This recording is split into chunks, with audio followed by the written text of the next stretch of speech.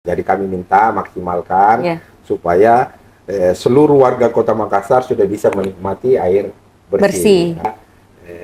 Kita ini Makassar ini selain ibu kota provinsi, juga gerbang Indonesia Timur. Betul.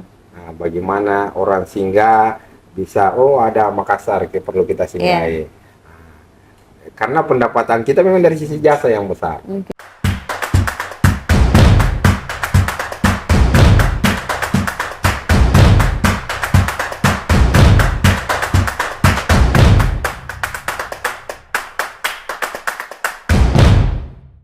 Hai, selamat datang kembali di program Parlemen Cuap-Cuap. Sama saya, Disi. Hari ini kita masih akan ngobrol-ngobrol bareng sama salah seorang anggota DPRD Kota Makassar. Nah, sekarang di samping saya sudah ada Bapak Kasrudi SH.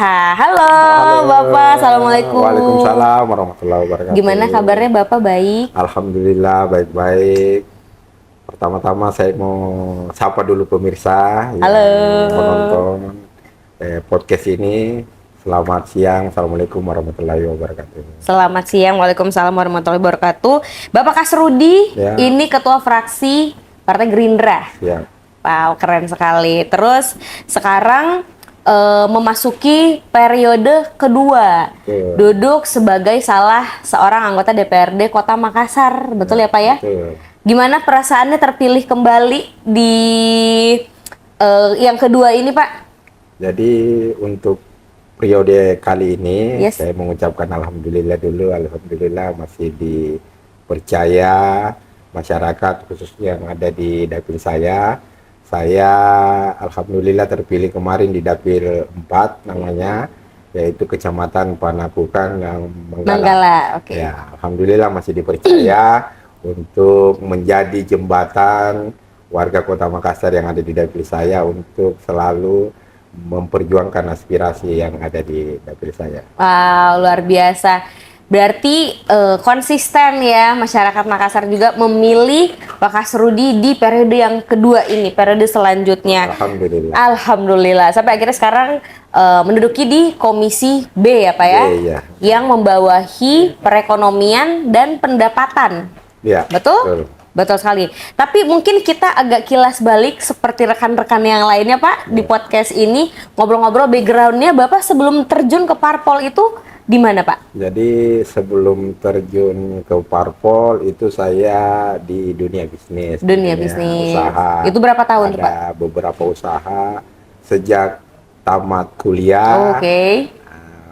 Bisnis. Setelah itu terpanggil untuk berada di Partai Gerindra, alhamdulillah dipercaya masyarakat Kota Makassar untuk menjadi anggota dewannya. Mantap, luar biasa. Tadi katanya Pak Kasrudi setelah lulus kuliah, nah tahunnya tidak usah disebutkan karena kayaknya agak jauh gitu ya. Yang penting setelah kuliah akhirnya berbisnis, wirausaha, terus habis itu terjun ke partai politik. Itu di tahun berapa Pak? Tahun awalnya itu di 2014. Tapi belum rezeki. Terus lanjut lagi di 2019. Alhamdulillah sudah dipercaya oleh warga di dapil saya. Dan setelah itu sampai 2024 kemarin maju kembali. Bertarung kembali di dapil yang sama. Alhamdulillah masyarakat atau warga yang ada di dapil saya masih percaya untuk mewakili suara-suara mereka. Alhamdulillah. Tapi kenapa Pak akhirnya memutuskan untuk saya terjun deh ke partai politik dari bisnis nih padahal Pak? Jadi waktu itu awalnya sebenarnya diajak sama teman yang sudah duluan berpartai politik, terus mempelajari apa sih manfaat dari dunia politik itu, ternyata luas, lebih bisa bermanfaat sama warga Kota Makassar. Betul. Sama masyarakat ya Pak ya. Itulah yang membuat saya terpanggil juga untuk bagaimana kita lebih bermanfaat sama warga Kota Makassar. Betul.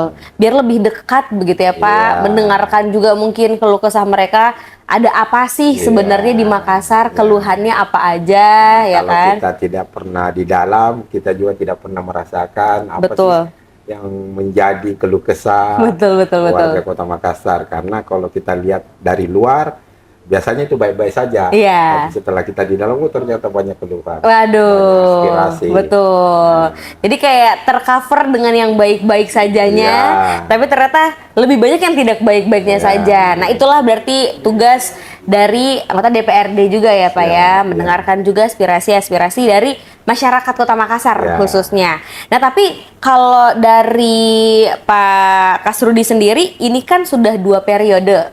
Sekarang duduk di Komisi B, itu perekonomian dan pendapatan. Sebelumnya itu ada di komisi apa, Pak? Jadi pertama masuk itu di DPRD Kota Makassar itu tahun 2019, karena ada background saya hukum juga. Akhirnya partai memerintahkan saya untuk duduk di Komisi A. Nah, setelah di Komisi A 2,5 tahun, ada pergantian lagi, masih dipercaya sama partai untuk menduduki wakil ketua di Komisi D. Nah, tahun ini partai saya meminta saya untuk ditempatkan di Komisi B. Di Komisi B, itu tadi perekonomian dan pendapatan, ya kan? Nah, apa sih Pak sebenarnya yang lagi panas banget di Makassar kalau misalnya ngebahas soal perekonomian dan pendapatan yang lagi fokus sama si Komisi B ini? Jadi kami itu sebelum ke situ saya sampaikan juga bahwa mitra saya itu di Komisi B itu selain Prusda, perusahaan daerah Kota Makassar, kami bermitra Dinas Pendapatan.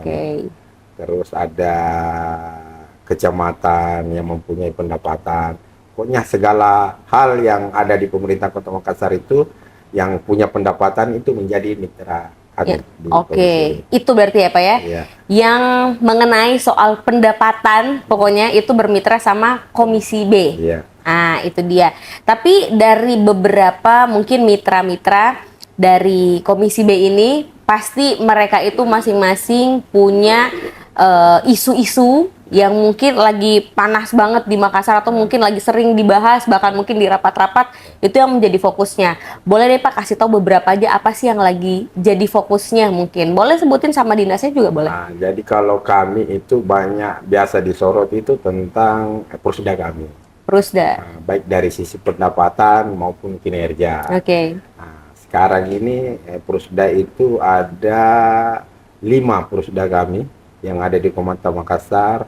Dari 5 itu ada 3 yang potensi sangat besar, PDAM, parkir dan pasar. Nah, terus yang 2 lagi itu ada namanya Dinas Prusda pemotongan hewan dan terminal. Nah, jadi cukup disoroti memang kami di Komisi B karena memang kami langsung bermitra dengan Prusda yang menangani hajat juga warga Kota Makassar. Betul. Itu berarti ya Pak ya? 3 yang sebenarnya isunya lagi panas dibahas di Kota Makassar. Tapi gimana cara atau solusi dari Komisi B untuk mengatasi isu-isu yang sedang terjadi nih Pak? Nah, jadi kami ini sementara tahap ini sekarang ini, minggu ini, bulan ini pas selesai Lebaran, kami melakukan monitoring evaluasi namanya. Itu per triwulan. Nah, triwulan pertama ini kami langsung evaluasi, termasuk Prusda yang ada di Kota Makassar. Kami minta mereka menyampaikan apa sih keluhan, gimana pendapatan, gimana hasil kinerja selama beberapa bulan ini, mulai dari bulan 1 sampai bulan 4. Nah, kami sekarang ini lagi melakukan MONEK namanya. Monitoring evaluasi untuk seluruh mitra-mitra kami yang ada di Komisi B. Berarti sedang dievaluasi nih ya Pak ya. Apa keluhan yang paling banyak? Jadi kalau keluhan sebenarnya kami yang menyampaikan keluhan itu. Karena kami ini perwakilan dari rakyat, perwakilan dari masyarakat. Jadi aspirasi yang ada di masyarakat yang ada di dapil kami sampaikan ke Prusda atau mitra kami yang ada di Komisi B. Semisal kemarin terjadi lonjakan kendaraan yang begitu besar, mungkin ada keluhan dari warga kami menyampaikan tentang bagaimana parkir yang ada di Kota Makassar. Terus pasar kita, nah baru-baru ini kita tahu lonjakan masyarakat karena habis puasa terus Lebaran. Terus bagaimana kondisi pasar kita yang ada di Kota Makassar. Terus masalah air. Sampai sekarang air kita tahu masih banyak daerah-daerah yang belum merasakan hasil dari PDAM. Air yang disuplai oleh PDAM itu masih ada beberapa masyarakat kita atau masih ada beberapa daerah yang belum terdistribusi air bersih itu ya Pak ya. Air bersih itu. Ya. Berarti itu fokusnya biar warga-warga yang mungkin belum mendapatkan distribusi air bersih ini mereka bisa dapat gitu ya Pak ya. Jadi kami sampaikan pada saat monitoring evaluasi, kenapa sih dari tahun ke tahun masih sama? Itu saja masih masalahnya. Masih ada beberapa daerah kami minta maksimalkan supaya seluruh warga Kota Makassar sudah bisa menikmati air bersih. Betul. Nah dari kemarin tuh kita kan udah sering ngebahas soal parkir ya kan Pak. Terus habis itu kita juga tadi sedikit banyaknya ngebahas soal air pendistribusian. Mudah-mudahan 2025 ini masalahnya udah bukan air lagi ya Pak ya, karena sudah sedang devaluasi. Nah sekarang pasar nih Pak, ini kan habis Ramadan, Idul Fitri. Nah harga-harga bahan-bahan pokok itu biasanya cenderung naik kayak gitu. Nah tapi gimana cara langsung atau misalnya mungkin solusi dari Komisi B biar harga-harga bahan pokok itu dia tetap stabil gitu Pak? Jadi kami kemarin di Komisi B itu sepakat untuk turun ke pasar juga untuk melihat harga-harga pasar. Memang kita tahu setiap tahun pasti ada lonjakan, kenaikan harga, tapi kan untuk tahun ini saya lihat kalaupun dia ada naik tapi masih terjangkau lah, enggak terlalu kayak tahun-tahun kemarin. Alhamdulillah tahun ini sudah bisa diredam, harga itu tidak terlalu melonjak naik karena memang kita tahu hukum ekonomi itu pasti kalau terjadi banyak pembelian pasti ada harga. Betul. Berarti itu ya solusi dari Komisi B. Ini DPRD Kota Makassar mengenai harga-harga pasar gimana biar bisa stabil. Nah kan tadi Bapak sempat bilang Bapak sama anggota yang lain sempat belusukan lah istilahnya gitu Pak ke dalam pasar gitu. Biasa kan kalau ibu-ibu apalagi bapak-bapak yang jualan itu mereka pasti benar-benar langsung menyampaikan aspirasinya atau kayak keluhannya gitu kan Pak. Itu kebanyakan apa sih yang mereka keluhkan Pak? Jadi sebenarnya kalau pasar itu bukan hanya pada saat kami di pasar. Sebenarnya di rumah juga. Di rumah juga. Pasti. Karena istri juga belanja. Iya kan Pak, betul. Pasti ada informasi yang kami dengar bahwa ini kan istri juga sebenarnya warga Kota Makassar juga. Iya dong Pak. Aspirasi juga yang harus kami bawa di pemerintah Kota Makassar. Nah, ada beberapa penyampaian memang harga yang menjadi prioritas supaya tidak terjadi lonjakan yang terlalu tinggi. Tapi pada intinya sebenarnya kalau untuk tahun ini saya lihat harga pasar yang ada di pasar itu tidak sebesar tahun kemarin lonjakannya. Artinya kecil untuk tahun ini stabil lah, dianggap stabil. Cuma kalau sudah stabil, sebenarnya kenikmatan atau kenyamanan orang berbelanja yang perlu. Jadi kalau kami kemarin di Monet bersama pasar, kami minta untuk selain fokus di masalah harga, paling tidak kenyamanan. Betul. Jadi warga Kota Makassar itu saya melihat bahwa walaupun agak ada kenaikan harga, tapi kalau dia merasa nyaman berbelanja, enak berbelanja, hampir tidak dipeduli itu masalah kenaikan harga. Betul, yang penting temannya juga nyaman gitu ya Pak ya. Karena kan orang juga biasanya yang menjadi bahan pertimbangan untuk berbelanja tempatnya ya kan ya, aduh males kesini karena kayak gini. Apalagi kita tahu bahwa banyak sekarang pasar-pasar modern. Iya betul. Sudah hampir meninggalkan pasar-pasar tradisional kita. Nah, ini yang perlu kita perbaiki. Pasar-pasar tradisional ini yang perlu diperbaiki supaya masyarakat atau warga Kota Makassar itu bisa nyaman berbelanja. Betul, jangan sampai akhirnya kita ketinggalan juga nih yang tradisional. Siapa tahu nanti pemerintah nih akhirnya bisa menjadi fokus juga di tahun 2025 kan ya Pak, untuk pasar, jadi orang lebih nyaman gitu kalau mau berbelanja. Jadi udah nggak males lagi kalau misalnya mau ke pasar. Dari kecil saya suka ikut ke pasar Pak. Iya. Saya juga anak pasar juga. Enak aja sebenarnya vibes pasar itu, ya kan ya. Cuman tau lah biasa kalau anak kecil dibawa ke sana juga kan ya, ih malas Bu, becek. Nyaman kan.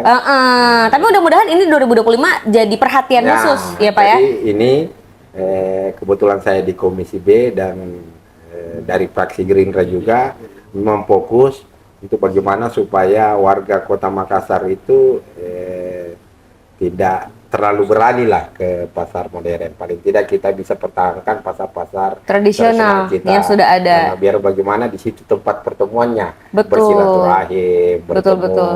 Baik itu relasi atau apa itu bagusnya juga ketemu di pasar. Betul, jadi sambil belanja sambil ngobrol. Kayak gitu biasa kalau ibu-ibu ke pasar kayak gitu. Berarti fokusnya ini ada pasar, ada parkir, sama ada air ya Pak ya, air bersih.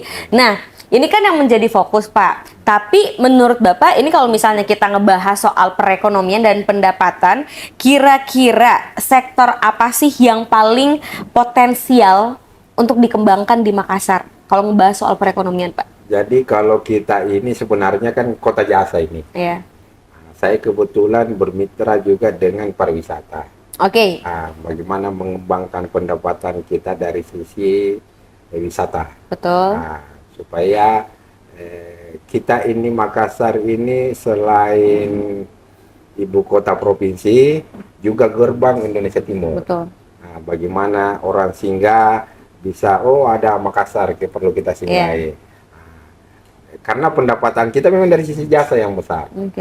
Selain pajak, paling tidak pengusaha-pengusaha yang bergerak di bidang restoran atau kita supaya dia nyaman datang ke Makassar. Apalagi kemarin pemerintah terdahulu ada namanya kota makan enak. Jadi itu sudah mendunia, itu sudah paling tidak menasional lah, bahwa Makassar itu kota makan enak. Betul. Jadi semua wisatawan atau yang singgah di Makassar itu pasti ingin merasakan bagaimana makanan di kota Makassar. Betul. Kuliner-kuliner yang ada di kota Makassar. Jadi kami minta juga kepada mitra kami Dinas Pariwisata bagaimana caranya supaya jadi pendapatan baru di kota Makassar, bukan hanya pajak, bukan hanya pajak resto, PBB apa segala macam. Jadi paling tidak kita bisa mengembangkan pendapatan itu dari sisi wisata paling tidak. Wisata, betul sekali, betul. Karena 2000 berapa ya Pak ya, 2022 atau 2023 saya baca sempat dia itu Makassar, Sulawesi Selatan ya, khususnya Makassar juga, itu ternyata banyak banget, ini menjadi salah satu destinasi wisata orang-orang untuk main-main ke sini. Selain mungkin banyak hidden gem yang ada di kota Makassar, makanannya enak-enak Pak, ya kan? Berarti itu yang harus dilestarikan juga, ya kan ya, dikembangkan juga. Nah ini berarti kalau ngebahas soal makanan, selain makanan-makanan enak di kota Makassar, berarti kita ngebahas UMKM juga, ya kan Pak? Karena ini salah satu perputaran ekonomi yang oke juga kalau untuk di kota Makassar, teman-teman UMKM. Nah kalau dari Komisi B sendiri untuk 2025 ini untuk teman-teman UMKM ada program baru kah Pak? Jadi kemarin itu juga kami kebetulan kami bermitra Dinas Koperasi dan UMKM. Saya kemarin menyampaikan kepada Dinas Koperasi dan UMKM bukan hanya pelatihan yang kita mau perbaiki, paling tidak selain pelatihan itu ada pengembangan usaha. Nah, jadi paling tidak Dinas Koperasi itu sering-sering mengadakan pameran paling tidak. Nah, terus tempat-tempatnya itu harusnya di tempat-tempat yang betul-betul menjadi ikon Kota Makassar. Nah, biasanya itu di Pantai Losari. Nah, sekarang ini Pantai Losari saya juga baru lihat lagi bahwa bukan kumuh juga sebenarnya, tapi hampir kurang layak lah untuk didatangi sekarang. Nah, itu yang perlu kita kembalikan. Bahwa Makassar itu punya Pantai Losari. bagaimana caranya supaya kembali, ya kita perbaiki, kita tata kembali supaya bisa layak untuk didatangi kembali. Kasihan yang datang belum apa-apa, belum duduk, belum makan, didatangi sudah sama pengamen misal atau apa. Itu yang menjadi biasa keluhan-keluhan warga yang datang bahwa Pantai Losari tidak begitu nyaman lagi untuk didatangi. Padahal selain mall itu harusnya Pantai Losari kita perbaiki. Betul. Nah, karena kan kenapa banyak orang ke mall, ke tempat-tempat yang lebih nyaman, karena memang dia nyaman di situ. Iya. Kenapa kita tidak perbaiki Pantai Losari supaya menjadi nyaman? Bayangkan kalau kita melihat sunset, melihat apa, itu tidak nyaman. Baru kita duduk sudah banyak yang lewat, banyak itu yang mungkin perlu dilakukan. Tetap ada mungkin kita supaya seninya ada juga. Mungkin kita bikinkan satu tempat. Barangkali ada tempat untuk musik di sini, ada tempat untuk jadi tidak berkeliaran, jadi kita duduk nyaman juga, diwadahi gitu ya Pak ya. Itulah yang menjadi fokus-fokus kami nanti ini. Paling tidak diperbaiki dulu ikon-ikon yang ada, apalagi ini kan wali kota baru nih. Betul. Nah ini kami ini sebentar lagi masuk permintaan untuk RPJMD, rencana jangka panjang menengah untuk wali kota baru. Di situ kan ada visi misinya. Itu nanti mungkin kita berikan juga masukan supaya terjadi perbaikan-perbaikan yang begitu supaya menjadi pendapatan lagi. Betul. Di Kota Makassar. Banyak subsektor ternyata ya Pak ya di Kota Makassar yang bisa emang benar-benar potensial untuk dikembangkan. Di sini kita lengkap apa yang dicari. Ada dari semua. Pantai ada, pulaunya ada. Jadi apa yang kita cari? Gunung lagi? juga ada Gunung sebenarnya. Juga ada. Jadi sebenarnya apa yang kamu cari ada semua di Makassar. Jadi layaklah mungkin kita jual Makassar ini ke nasional, bahwa Makassar itu memang kota yang lengkap, kota yang bagus untuk didatangi. Betul. Dan kan begini, kita melihat Jogja sebagai kota wisata. Kalau kita lihat Malioboro, apa sih yang bisa dilihat di sana kan? Tidak ada pantai, hanya ruko saja, jalanan, hanya jalan. Ya. Tapi kan menjadi bagus, ikonnya betul. dia, sehingga kalau dia tidak ke Malioboro, kurang lengkap rasanya ke Jogja kalau tidak injak Malioboro. Nah, ini yang perlu kita bikin brand juga, bahwa tidak lengkap rasanya kita Kota Makassar itu kalau belum ke Pantai Losari. Ya, itu yang menjadi ikon. Karena kalau kita lihat Malioboro, apa sih yang bisa dilihat di sana kan? Betul, jalanan Pak, ya kan? Ruko saja. Ruko, jualan. Ya, apa yang bisa dibanggakan kan? Nah, paling tidak kita bisa brand juga Pantai Losari. Di situ ada pesisir pantainya, ada pisang ngepeknya yang bisa kita. Cuma mungkin perlu diperbaiki saja. Betul. Ditata ulang. Betul. Kalau Malioboro kan ya memang karena jalanannya bagus ya Pak ya. Terus habis itu mungkin sudah memadai, oke lah gitu. Tapi kenapa, untuk foto-foto. Maksudnya saya, kenapa kita tidak bisa kayak begitu? Kalau cuma swap foto, spot-spot, lebih bagus Pantai Losari. Pas kita sore mungkin sunset, bisa kita dapat view-nya yang cukup bagus. Kalau kita mau jalan-jalan sedikit kan ada disediakan kapal pinisi di sana untuk keliling-keliling. Kan? Jadi apa kekurangannya sebenarnya Pantai Losari dibanding Malioboro? Terus Malioboro itu memang jadi apa namanya? Jadi pendapatan yang luar biasa di Jogja, karena masyarakat atau warga Indonesia atau wisatawan yang dari luar juga kalau mau datang ke Jogja pasti injak Malioboro. Betul. Nah, yang kita mau. Nah, itu juga pokoknya mudah-mudahan ya Pak ya di tahun 2025 ini banyak ikon-ikon Kota Makassar, salah satunya Pantai Losari itu yang lebih diperhatikan. Biar kalau misalnya orang-orang datang ke sini itu juga kayak aduh kurang pas rasanya kalau nggak ke Pantai Losari, atau nggak mungkin ke beberapa tempat wisata lainnya. Ada ini mungkin yang jarang juga untuk orang datengin itu Monumen Mandala Pak. Ya kan, Monumen Mandala, Benteng Rotterdam masih sering juga kan turis-turis ke sana. Itulah yang saya bilang, paling tidak nanti bisa mungkin kita buatkan shuttle. Jadi kalau ada yang mungkin mendarat di Kota Makassar, dia transit 1-2 jam, barangkali kita buatkan shuttle khusus untuk keliling. Oh iya, menarik, betul.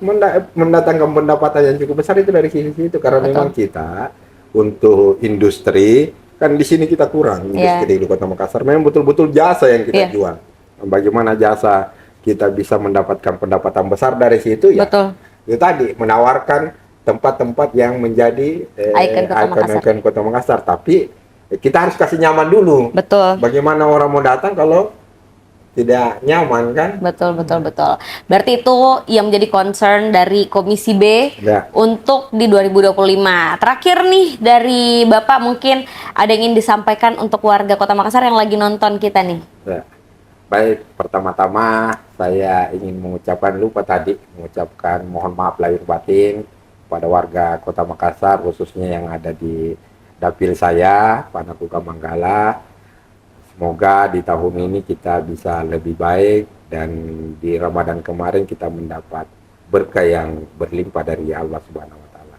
Terus selanjutnya saya ingin menyampaikan kepada warga Kota Makassar, kami ada di DPRD Kota Makassar ini berkat dukungan dan support dari warga yang ada di dapil saya. Jadi kami tiap triwulan kami reses di dapil kami, ada beberapa penyampaian yang memang perlu menjadi jembatan penyampaian kepada Wali Kota Makassar. Insya Allah Wali Kota Makassar ini yang terpilih ini baru-baru, semoga bisa membawa warga Kota Makassar atau Kota Makassar menjadi lebih baik. Amin.